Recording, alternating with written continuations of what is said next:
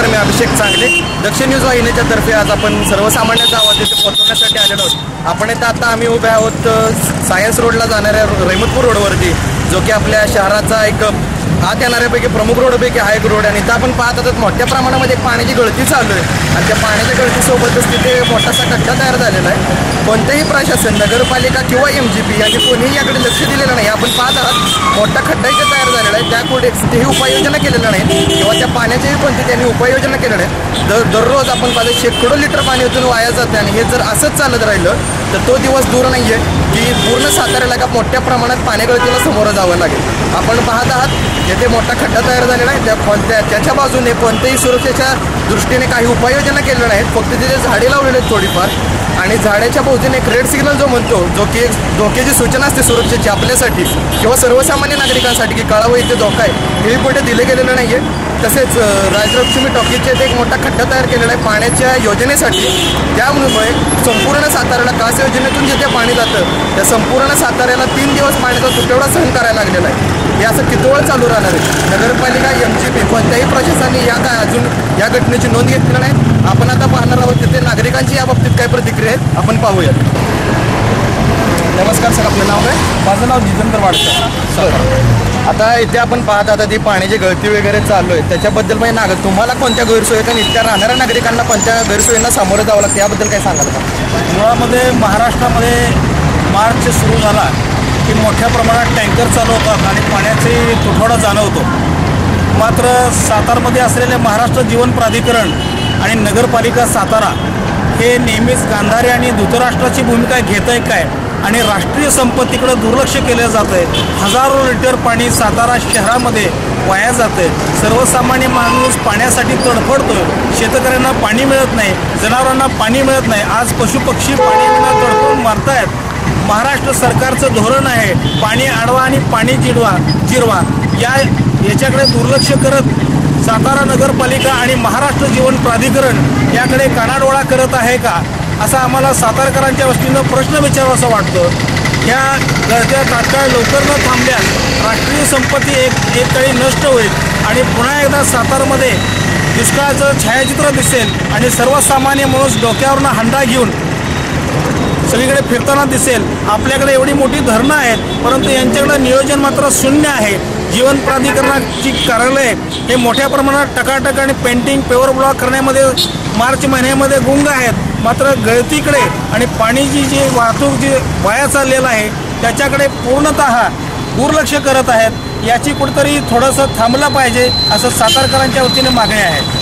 त्यामुळं तुम्हाला म्हणजे घरी येणाऱ्या पाण्याबाबतीत वगैरे कोणत्या वापराच्या पाण्याबद्दल कोणत्या गैरसोयींना आपल्याला सामोरं जावं लागतं? पाण्याच्या बाबतीत जर म्हणाल तर पाण्याचा तुटवडा आत्ताच जाणवू लागलेला आहे. आमच्या काही भागामध्ये काल तर पाणी आलं नव्हतं आणि मोठ्या प्रमाणात पाण्याचं जे प्रेशर आहे ते कमी प्रमाणात आहे. जर अशी लिकेज जर वाया जात असतील, रोज हजारो लाखो लिटर पाणी वाया जात असेल तर ह्या योजना करायच्या कशासाठी?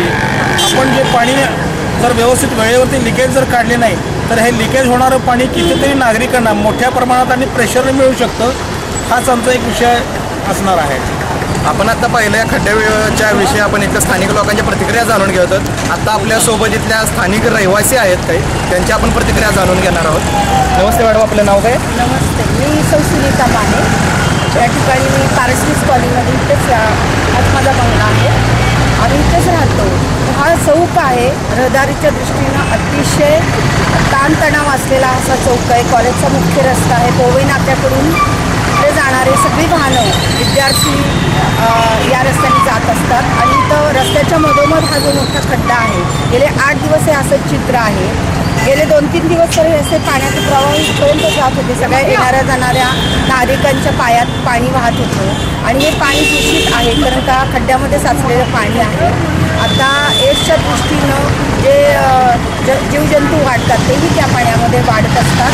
शिवाय येणाऱ्या जाणाऱ्या वाहतुकीच्या रस्त्यावर असलेल्या या पाण्याच्या प्रवाहामुळे नागरिकांना त्रास होत आहे. डासांचं या ठिकाणी वाढ होत असल्यामुळं बाकीचे रोगराईलाही या ठिकाणी, प्रादुर्भावालाही या ठिकाणी गती मिळत आहे आणि हे सगळं नागरिकांच्या आरोग्याच्या दृष्टीने त्रासदायक आहे. शिवाय मधोमध रस्त्याच्या मोठा खड्डा असल्यामुळं, पाणी साचत असल्यामुळं पुढेही पाण्याचा प्रवाह या ठिकाणी कमी होत असणारे आणि कमी दाबाने पाणी पुढच्याही नागरिकांना मिळत नसणारे तर एकात एक असा गुंतागुंतीचा प्रश्न असल्यामुळं आपली सातारा नगर परिषद तसंच या ठिकाणी जीवन प्राधिकरण जे आहे पाणी विभागाचं बांधकामाचं विभागाचं काम करणारे जी यंत्रणा आहे यांनी या प्रश्नामध्ये लवकरात लवकर लक्ष घालून हा प्रश्न सोडवावा आणि या ठिकाणी जो मोठा खड्डा आहे की वाहतुकीला मोठा अडथळा आहे, रात्रीच्या वेळेला जोरात ब्रेक वाजून त्या ठिकाणी ॲक्सिडेंट होतात.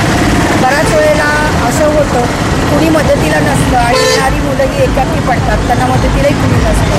सर्वांनाच हा खड्डा अतिशय त्रासदायक आहे. नागरिकांच्या जीवावर येणाऱ्या जरा वाहन चालकांच्या जीवावर होणार आहे. तर लवकरात हा खड्डा बुजवावा आणि इथला पाण्याचा प्रवाह सुरळीत करावा जेणेकरून इथं पाणी साचणार नाही, वाया जाणं सगळ्यात महत्त्वाचा प्रश्न आहे. कडक उन्हाळा असताना हा जो पाण्याचा मोठ्या प्रमाणामध्ये अपव्यय होत आहे हा लवकरात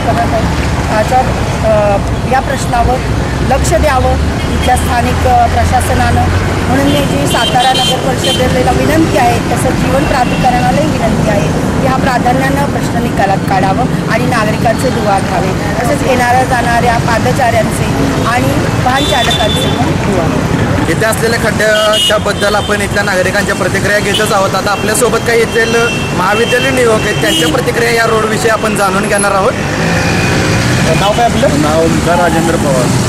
कोणत्या कॉलेजला आहे तुम्ही? आता कॉलेज आहे. मी रोज इथून येत जा करत असतो. तर खड्डे सातारमध्ये खूपच झालेले आहेत, त्यामुळं जाताना पण खड्ड्यात खूप जाते, पाणी वाया जाते, काय कोण लक्ष देत नाही. दररोज खड्ड्यात जाऊन आमची गाडी आढळते, काय होते, पाणी जातं, ॲक्सिडेंट खूप होतात त्या रोडला, त्यामुळे कोणच लक्ष देत नाही. तुम्ही कोणती तक्रार वगैरे काय नोंदवलेली नाही होतं? तक्रार खूप नोंदवल्या पण कोण लक्ष देत नाही. दररोज जाता येणं पाणी बिणी सगळे खड्डे झालेले आहेत. खड्ड्यातलं पाणी असंच वाया जातं विनाकारण कोणच लक्ष देत नाही. महानगरपालिका नाही, नगरपालिकेतलं कोण लक्ष देतच नाही. तक्रार कधी दिली होती आपण? खूप दिवस झाले, 5-6 दिवस झाले तक्रार दिली. 8 दिवसापूर्वी तक्रार दिली, तरी पण कोणला लक्ष देत नाही. हे असं जर होत राहिलं तर काय होणार आहे सांगा. सातार एकदा उन्हाळ्याचे दिवस विद्यार्थ्यांना या खड्ड्यामुळे म्हणा रोज इथून येणं जाणाऱ्या विद्यार्थ्यांना कोणत्या समस्याला सामोरं जावं लागतं? हे दररोज काय इथनं जातात, ॲक्सिडेंट होतात, खड्ड्यातलं पाणी खड्ड्यात गाडी जाते, आदळतात, ॲक्सिडेंट होतात, ट्रॅफिक ट्रॅफिक जाम होते आणि कोणच लक्ष देत नाही. आता जाता माणसं जातात पडून म्हणून अंगावर पाणी उडून जातं आणि या बाबतीचं कोणच लक्ष घालत नाही. त्यामुळं काय आम्ही काय करायचं? या होत्या इथल्या महाविद्यालयीन युवकांच्या संतप्त प्रतिक्रिया. अशा आपण अजून येथील भावंडांचा, येथील नागरिकांचा आपण आढावा घेणार आहोत. ते कोणता व्यवसाय करतात? गाडीचा पॅसेंजर. किती वर्ष झालं आपण या व्यवसायामध्ये आत आहोत? 15 वर्ष. आता इथे आपण समोर पाहतात एवढी पाण्याची व्याप्ती झालेली आहे, मोठा खड्डा पडलेला आहे. याचा तुमच्या व्यवसायावरती किंवा इथल्या येणं जाणाऱ्या लोकांवरती काय परिणाम झालेला आहे? त्याचा त्रास हा सगळ्याच. तुम्हाला कोणता त्रास झालेला आहे या गोष्टीमुळे? तरी भरपूर गाडीला त्रास होतो, माणसाचाही त्रास होतो. रोज आपण पाहतो बरेच अपघात वगैरे काय झालेले आहेत असं आपल्याला ते पाहतात का? अपघात वगैरे काय झालेलं नाही इथं. असं आहे थोडंसं त्रासदायक आहे.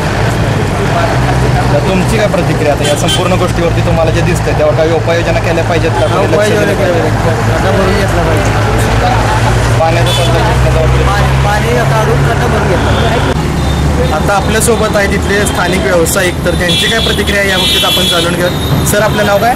भगवान किती दिवस झाला आपण इथे व्यवसाय करणार? 18 वर्ष झाले व्यवसाय हॉटेल आहे माझं इथं आणि मी 18 वर्ष व्यवसाय करतो.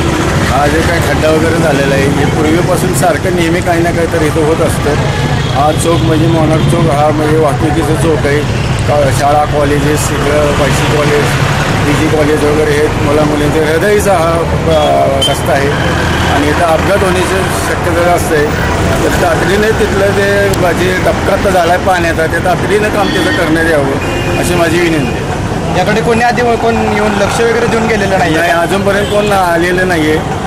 मी आता 10 ते 15 दिवस झाले पाहतो ना, पण 10-15 दिवस झाले तेव्हा तसंच आहे. अजून कोणी तर आलेले दिसलं नाही. कोणती नगरपालिका किंवा म्हणा MGP म्हणा जीवन प्राधिकरण म्हणा कोणी नाही.